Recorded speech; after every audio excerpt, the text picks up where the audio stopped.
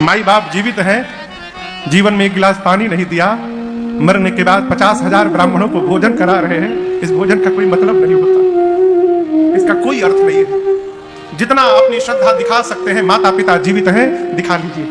ये अवसर फिर नहीं मिलने का, दोबारा नहीं मिलेगा। आपको एक घटना सुनाऊं मैं।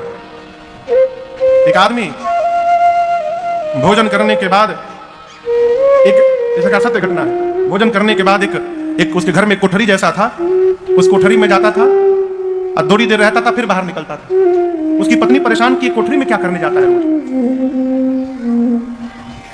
एक दिन छिप के देखने लगी तो देखा कि जाता है, एक बक्सा खोलता है, उसमें से एक साड़ी निकालता है, साड़ी को ऐसे ऐसे छूता है और फिर उस बक्से में रख के चला आता है।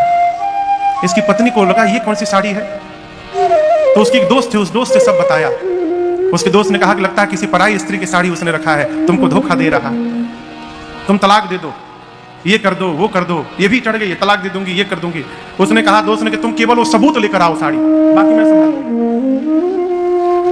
एक दिन उपाय लगाकर किसी तरह, जब पति घर में नहीं था तो कमरे में घुसी और जाकर बक्सा खोल के सबूत निकाला और एक पत्र मिला, उस पत्र को लिया। अब पत्र लेकर झरझर उसकी आंख से आंसू निकले, रो रही थी। वो साड़ी पत्र लेकर अपने दोस्त के पास गई तो उसने कहा, सबूत लाई हो ना? हाँ। साड़ी दिया, कहा इस साड़ी के साथ एक पत्र है, इसको भी एक बार पढ़ लो। उस पत्र में उसने लिखा था, वो साड़ी उसकी मां की थी।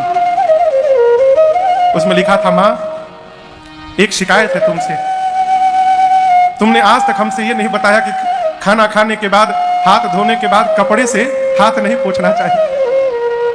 मैं बचपन से तुम्हारी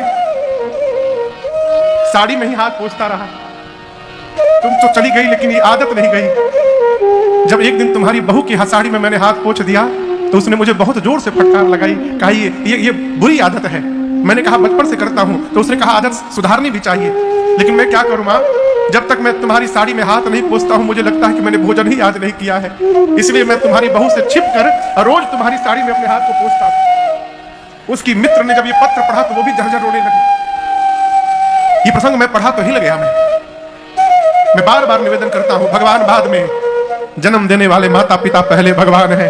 जिसके माता पिता प्रसन्न नहीं है, भगवान कभी उस पर प्रसन्न होने वाले नहीं। इसलिए माता पिता को प्रसन्न रखिए।